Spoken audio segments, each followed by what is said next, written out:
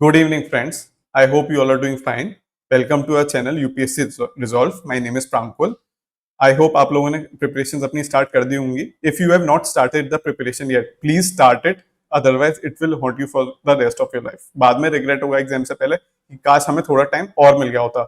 See, previous year के comparison में इस बार there are less gap between prelims and mains. पहले ज्यादा gap था UPSC ने इस बार prelims और mains के बीच में there are less number of days than before. So please start it right now.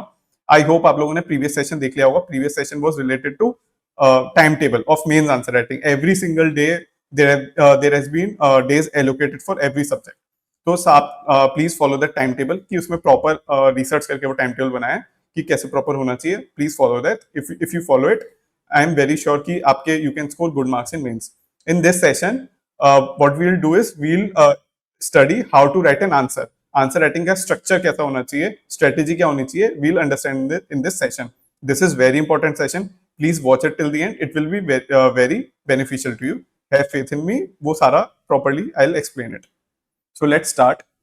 In the starting, first of all, you guys have to make notes of every single topic that is written in the syllabus. For example, citizen charter का एक दो page में notes बनाना है, ऐसी social audit का notes बनाना है, world history में जितने भी इवेंट्स हैं उसके ऊपर 2-3 पेजेस के notes are necessary. So please make notes of 2-3 pages on any topic, on every topic of the syllabus. ये एग्जाम में बहुत हैंडी रहेगा. एग्जाम से पहले you need to have notes for revision, for quick revision. तो please have notes on every topic of syllabus, 2-3 pages. Then revise it again and again. Don't follow multiple sources. Up time is very less. It's the only time you have to practice and revise. You have to revise and practice. Only these two things you have to do. So please focus on that. Don't go for multiple sources. Then you have to practice a lot. जितने answer you will improve every answer with every answer you write. जितने आप answer लिखते जाओगे उतना ज्यादा improvement होता जाएगा. तो make sure that you practice a lot. जितना प्रैक्टिस होगा उतना अच्छा स्कोर होगा. Make this is a fact. So please write as many answers as you can. And then at the end have proper feedback. Feedback is important to correct your mistakes. जितनी भी mistakes हुई होती हैं वो feedback, हम कुछ mistakes कर रहे होते हैं, अगर proper feedback मिलेगा, evaluation मिलेगा, तो you can correct those mistakes. Then सबसे another important fact is you should internalize the syllabus. Syllabus अच्छे से पता होना चाहिए. अगर syllabus अच्छे से पता होगा, it will give direction to your preparation. Similarly, please practice at least around 4 to 5 years mains previous year question, because there is similar theme that is repeated again and again. तो वो theme को समझने के लिए UPSC similar type of question पूछ रहा है, similar types of theme पूछ रहा है. उसके लिए you need to go through the previous year question paper. So please guys, please go through previous year question paper. Then next, अच्छा, many of you were asking me on the telegram, sir, explain how to approach mains answer writing. How is it different from prelims? See, prelims is more factual based. For example, in history, you have to learn about tribal movements. What are the different tribal movements and where they happened? But in the mains, you have to understand the causes, why the tribal revolts happened, what were the consequences of that, what could have done, government policy should have been done. Similarly, in all the subjects, you have to understand analytical. For example, in polity, if there is question related to legislative council, in the prelims, UPSC question can be according to constitution, the definition of legislative council is there, yeah, the definition of defection is there. So that is for prelims. But in mains, what you have to study is what why defections happen, what are the causes of defection, what are the consequences of defection, then what should be done. You need to revise about the committee recommendation, what ARC says. So this way, mains is more analytical.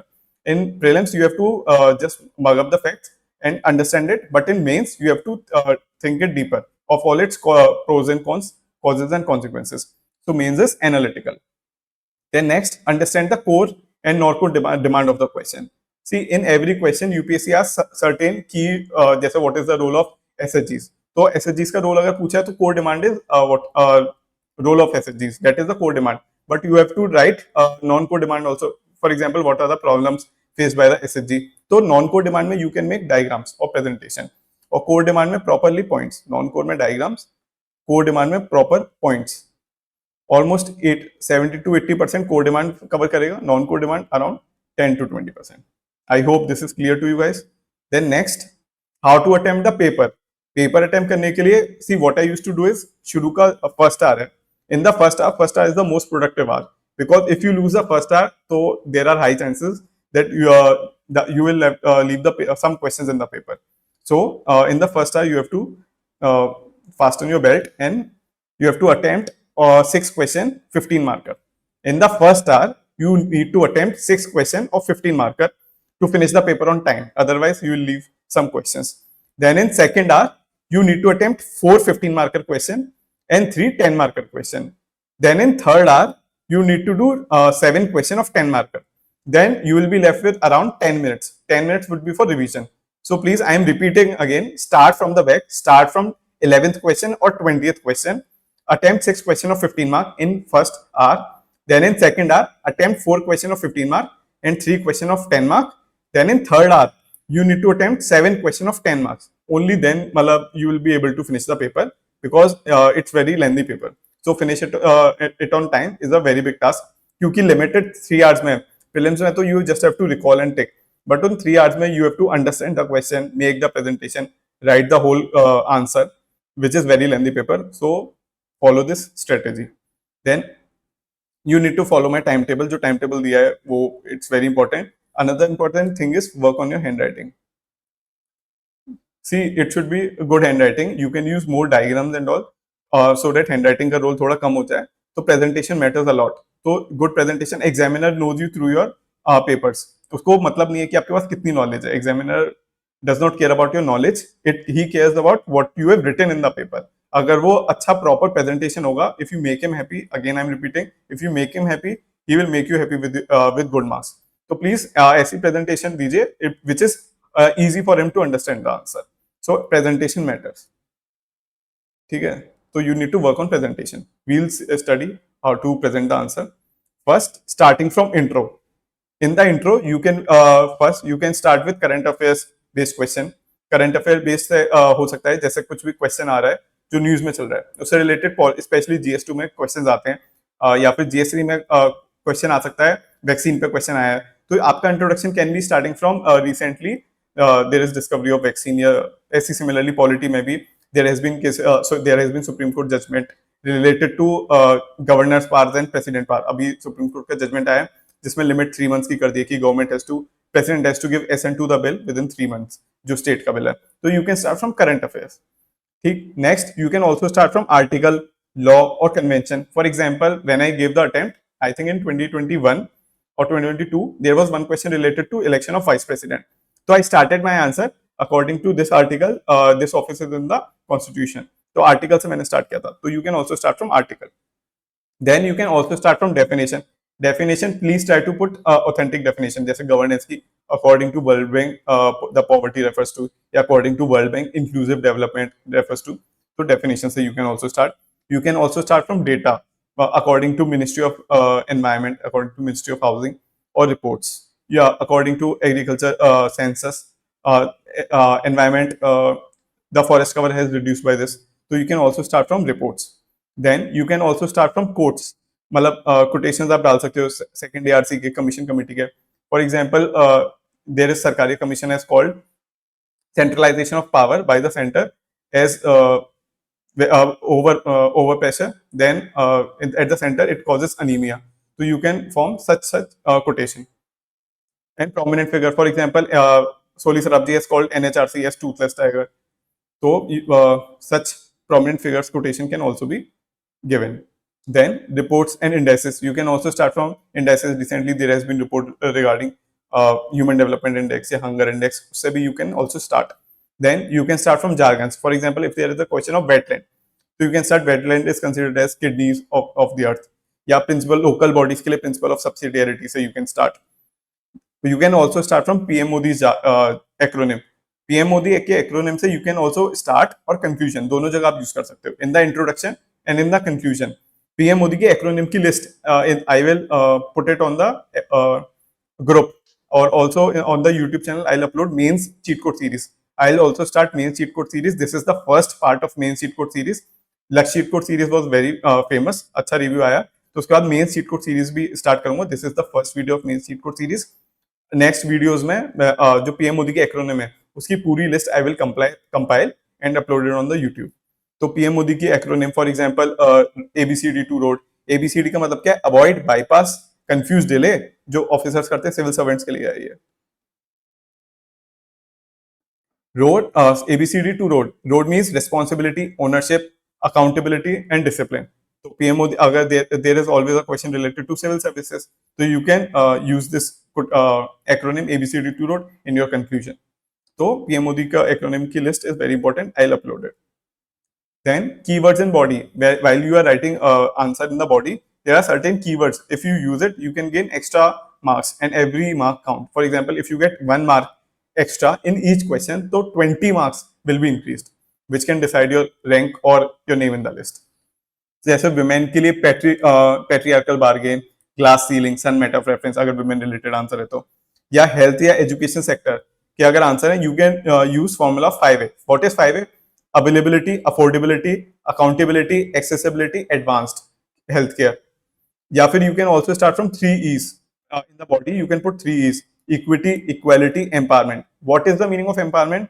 Empowerment is capacity building, agency, choice, self reliant. तो empowerment का मतलब होता है कि किसी को इतना empower capacity building कर देना, सो that he or she can decide for himself or herself. That is empowerment, 3E. Then other keywords that you can use: quality, inclusion, sustainable. These keywords are very important, मतलब ये extra marks fetch करता है. Examiner looks for such keywords in the paper. It brings good impression on him. Then body का dimension. There can be many dimensions in the body. For example, broad structure क्या हो सकता है जो mostly हम use करते हैं? Question पूछा है, उससे रिलेटेड हमने फीचर्स बता दिए, सिग्निफिकेंस बता दिया, पॉजिटिव नेगेटिव बता दिए, या कॉजेस कॉन्सिक्वेंसेस बता दिए. क्वेश्चन आता है, this is the most used dimension.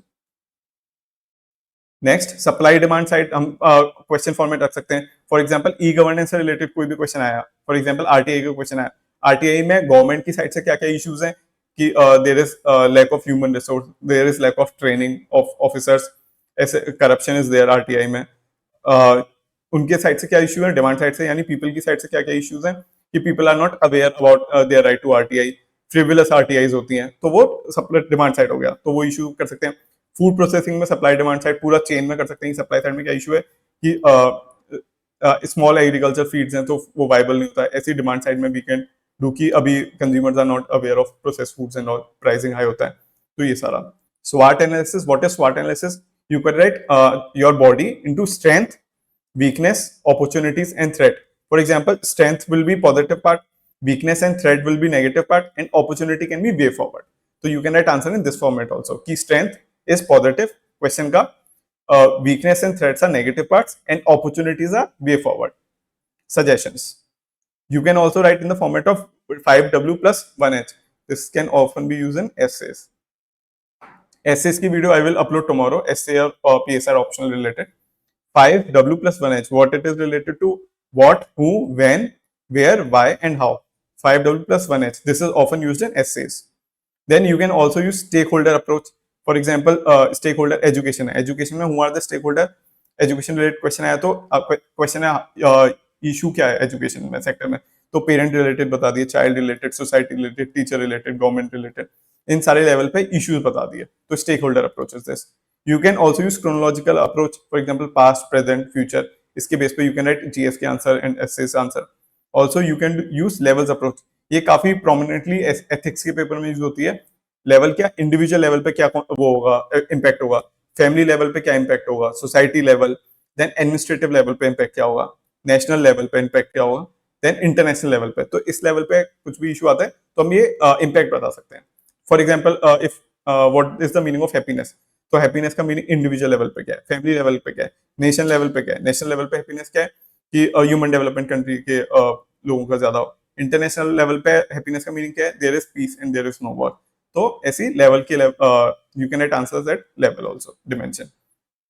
Then this is the brain library. आपको इसमें कुछ कीवर्ड्स हैं और हर रिलेटेड जीएस रिलेटेड अप्रोच है. This is GS related approach. अगर आपके पास आंसर आ रहा है तो आप आंसर को जीएस के अप्रोच से कैसे सॉल्व कर सकते हो, अलग अलग dimension. For example, there is question related to water and sanitation. तो वाटर एंड सैनिटेशन में इशू क्या क्या है, तो you can write issues of water and sanitation related question. Polity level पे क्या इशू है, सोशल लेवल पे क्या इशू है, इकोनॉमिक लेवल पे क्या इशू है, ऐसी एथिकल लेवल पे क्या इशू है, एनवायरमेंटल लेवल पे क्या इशू है. तो जो भी आपके पास क्वेश्चन आ रहा है, you can think the answer at the level of different level, polity, social, economic. तो उसके मैंने सब पार्ट्स भी यूज कर रहे हैं. तो this will help you in your essays and GS paper. ठीक है. नेक्स्ट, Anil Saroop का, this is a very famous quote of Anil Saroop. He's a former IAS officer. What he said is, for an idea to be executed in a democracy, it should be politically acceptable, then socially desirable, technologically feasible, financially viable, administratively doable, judicially tenable, emotionally relatable and environmentally sustainable. कोई भी policy अगर ये सारे elements किसी भी policy में हैं तो that policy will definitely be successful. तो प्लीज ये कोट आप लर्न कर लेना. This quote is very important for both your GS answer and for your introduction में यूज हो सकता है, for your GS answer and for your essay also.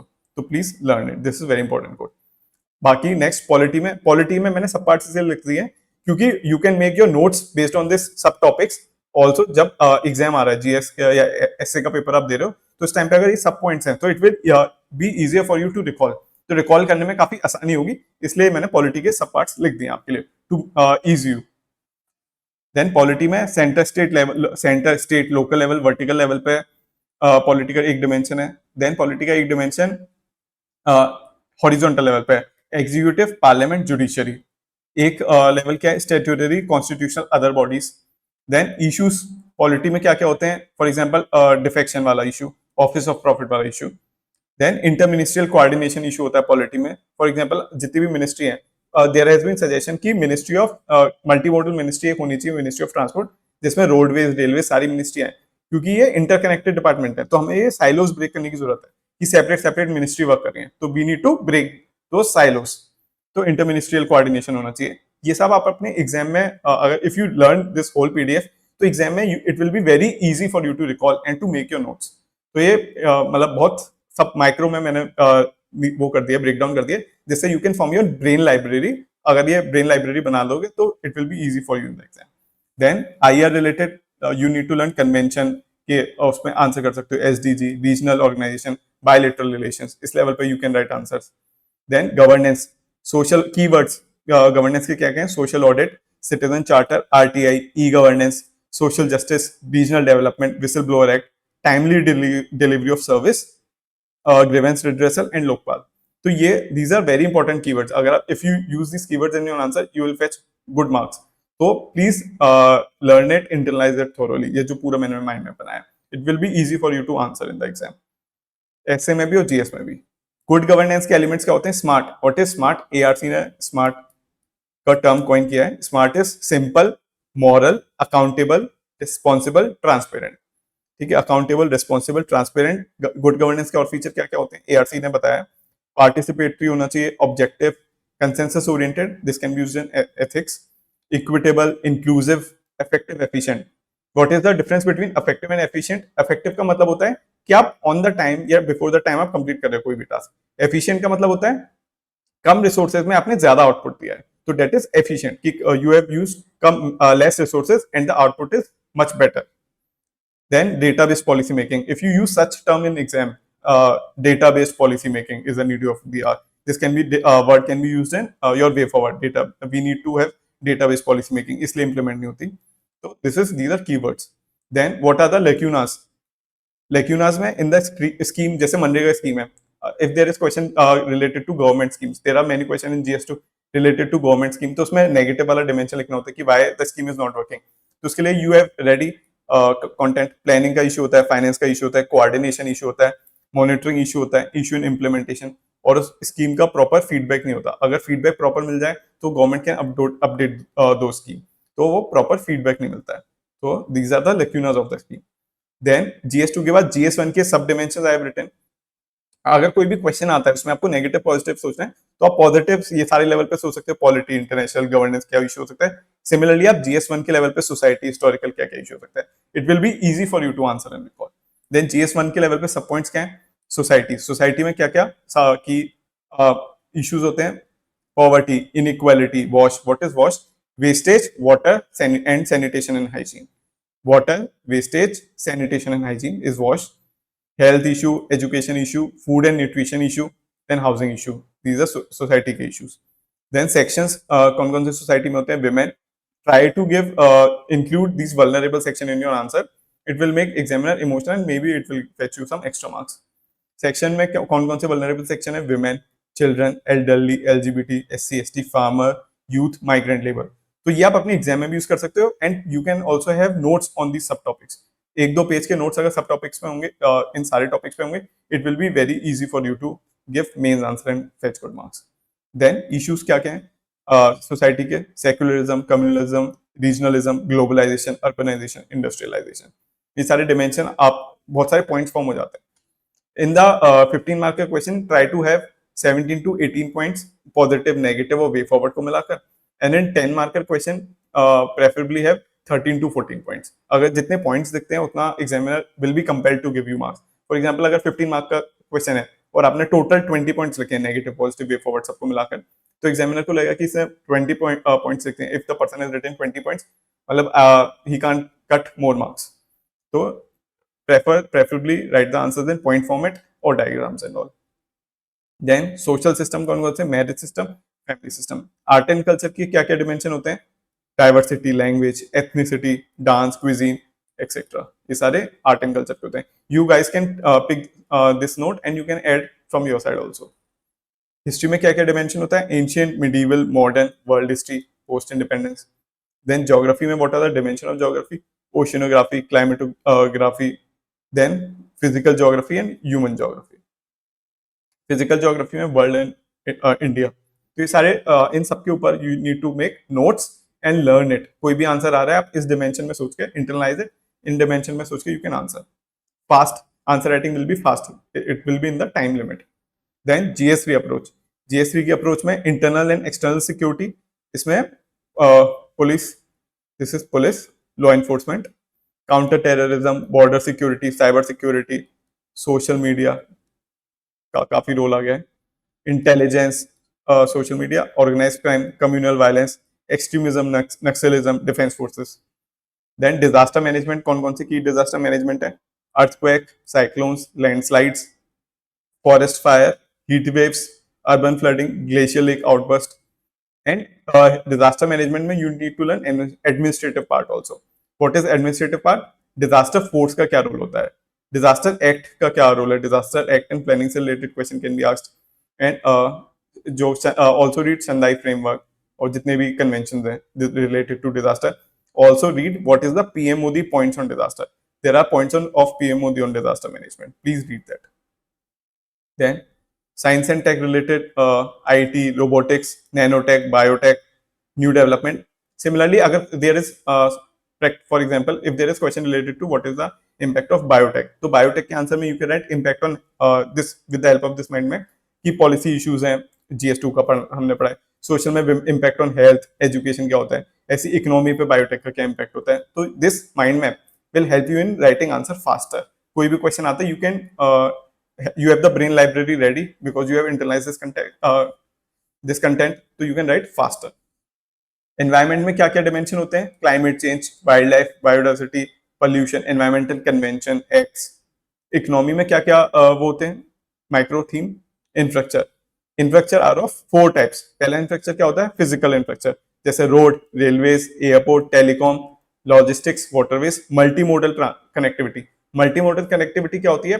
For example आपको जम्मू कश्मीर से लेकर कलकत्ता तक जाना है, तो there should be seamless connectivity की इजीली आपने पहले रोड पे ट्रेवल कर लिया, देन आपने वाटरवेज ले लिया, फिर अगेन आपने रोड पे ले लिया, तो वो ब्रेकेज सिस्टम नहीं होना चाहिए। प्रॉपर कॉस्ट तभी कम होगी जब देयर इज सीमलेस कनेक्टिविटी, एक के बाद एक कनेक्टिविटी हो रही है, तो बीच में गैप नहीं आ रहा, तो उससे कॉस्ट डिक्रीज होगी। तो ये सारे जो वेज ऑफ ट्रांसपोर्ट है दे शुड बी कनेक्टेड, तो वो मल्टी मॉडल कनेक्टिविटी है। देन एनर्जी के 2 टाइप की होती है, कन्वेंशनल, नॉन कन्वेंशनल। कन्वेंशनल जैसे कोल, पेट्रोल, नॉन कन्वेंशनल जैसे hydrogen, fuel cells. Then social, social में कौन कौन से सेक्टर होते हैं? Housing, health, education. Then other sector infrastructure is digital infrastructure, यानी डिजिटाइजेशन का रोल है। नेक्स्ट इकोनॉमी के क्या क्या माइक्रो थीम्स होते हैं? Skill development, employment, banking, financial inclusion. कोई भी क्वेश्चन अगर जीएसटी में आ रहा है तो ये सारे डिमेंशन में you can easily, if you have learn this properly, इसको अच्छे से याद करो। अगर ये अच्छे से याद हो गया है तो जीएसटी का आंसर आता है, तो इन सारे लेवल पे एक एक पॉइंट बन सकता है। Then formal informal sector, corporate governance, middle income trap, read about middle income trap. Sectors of economy like agriculture, industry, service, rural and urban development, MSME, ease of doing business, regulatory cholesterol, this is a very important keyword, regulatory cholesterol, policy uncertainty, credit crunch, taxation system, land and labor, cluster development जैसे hub and spoke होता है cluster development की सारी industry आसपास है जिससे they can easily supply chain easy हो जाती है whatever they are manufacturing उसके आसपास सारे कंपोनेंट्स मिल जाते हैं प्लग एंड प्ले मॉडल होता है what is plug and play read about it write in the comment section what is plug and play model of manufacturing write in the comment section I will read the comments then export import economy का sub sector है then GDP का 4 important components होते हैं GDP का फॉर्मूले के there are 4 important component अगर question आ रहा है why there is slow down of GDP GDP में स्लो डाउन क्यों हो रहा है या एफडीए वगैरह के इश्यूज क्या है तो उसमें आप क्या क्या बता सकते हो कंजम्पशन प्राइवेट कंजम्पशन में इशू है इन्वेस्टमेंट में इशू है government spending and then net exports तो इससे related if you learn these keywords तो कोई भी क्वेश्चन आ रहा है use these keywords then travel and tourism minerals इन सबके नोट भी बनाने हैं देन जीएस4 related GS4 related dictionary please prepare GS4 related dictionary जितने ज्यादा आप कीवर्ड्स GS4 के पेपर में GS4 के सिलेबस वाले यूज करोगे for example cognitive dissonance emotional intelligence attitudinal change ये सारे keywords prepare a list of keywords मैंने ये कीवर्ड्स की लिस्ट बनाकर आई will upload in the YouTube in main cheat code series main cheat code series में मैं ये अपलोड कर दूंगा प्लस टेलीग्राम अगर आपने टेलीग्राम ग्रुप ज्वाइन नहीं किया है तो please join the Telegram group जिसका लिंक डिस्क्रिप्शन में I will share the link in the description तो प्लीज रीड इट तो it will be shared in the Telegram group ethics की डिक्शनरी देन वे फॉरवर्ड अब you have done with introduction body हो गई introduction way forward कैसे लिखना है way forward is very important क्योंकि जितने भी आप examiner is looking for solution problems हैं उसे भी पता है पर वो चाहता है कि एज एन एडमिनिस्ट्रेटर आपके पास सोल्यूशन क्या है देन वे फॉरवर्ड में what you can use NITI Aayog का index you can use NITI Aayog ने बहुत सारे इंडेक्स निकाले हैं स्टेट के में कॉम्पिटेटिवनेस बढ़ाने के लिए for example health index NITI Aayog ने निकाला है ease of doing business index निकाला है एजुकेशन रिलेटेड इंडेक्स निकाला है एग्रीकल्चर डेवलपमेंट इंडेक्स निकाला है you can write in the if there is answer related to agriculture you can write agriculture related index then ARC के recommendation you can write please learn ARC का recommendation I will also upload cheat code related to explaining ARC and Niti Aayog reports. Then best practices, you need to write best practices, global, local. For example, there is famous scheme of Kanya Shri Parakal of Bengal. Then Mera Pani Mera Virasat is very important scheme of Haryana. So please learn such schemes. What are the local best practices and what are the global best practices? For example, water management mein Israel is very famous. So you need to learn these best practices. Examiner will feel happy reading this key. You have good knowledge of best practices. Then committee commissions reports. For example, if there is GS2 answer, you can write reports of committee, Sarkariya committee, Santhanam committee. So such quotes. Jaise for example, they have said governor is the linchpin between center and state. This is the report of Sarkariya commission. So you can quote such things. Then way forward mein what all you can write ICJ LAIS. You can learn acronym.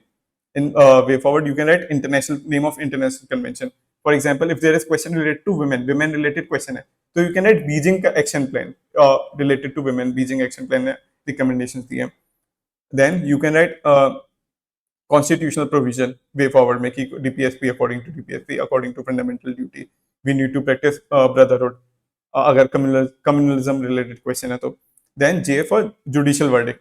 Government supreme court के judgements हैं that can also be coated for example LGBT related question है या live in relationship वाला question है तो उसमें judgement भी coat किए जा सकते हैं then you can write laws very important for example money laundering related question है तो विजय मंडल का इंपॉर्टेंट केस अभी सुप्रीम कोर्ट का है फ्यू ईयर्स बैक तो वो केस यू कैन कोट तो this is very important then a for administrative policy plan programme action plan mission तो गवर्नमेंट के एक्शन प्लान प्रोग्राम प्लान ये होते हैं you can also write such for example cyclone related question है तो cyclone action plan है government का heat wave से रिलेटेड क्वेश्चन है तो in way forward you can write according to government heat wave action plan these measures can be taken 1 2 3 4 5 तो वो सारा अगर आप अंडरलाइन सच थिंग्स कि government heat wave action plan या cyclone mitigation strategy I for institution for example NCW national council for women NHRC की क्या क्या रिकमेंडेशन है that you can write then schemes government schemes central schemes you can write जैसे मैंने example बताया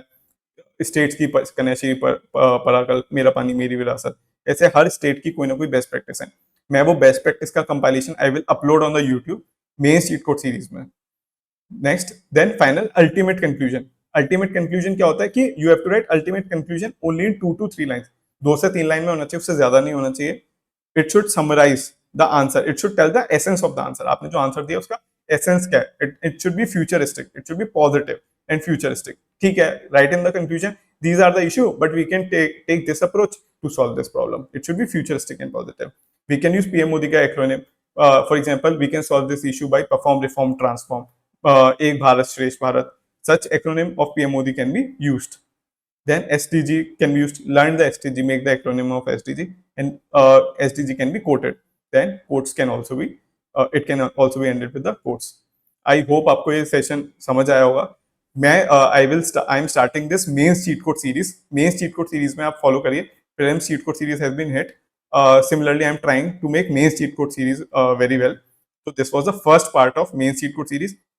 ऐसे ही in mains cheat code series I will upload value addition material. For example, data, best practices, and recommendation, main Supreme Court judgments. If you write, अगर आप ऐसे सारे important content you write in the answer, it will give you extra marks. अगर extra marks 1 mark in each question है, 20 question में, similarly 20 question हर subject में है, it can increase your marks by around 70 to 80 marks.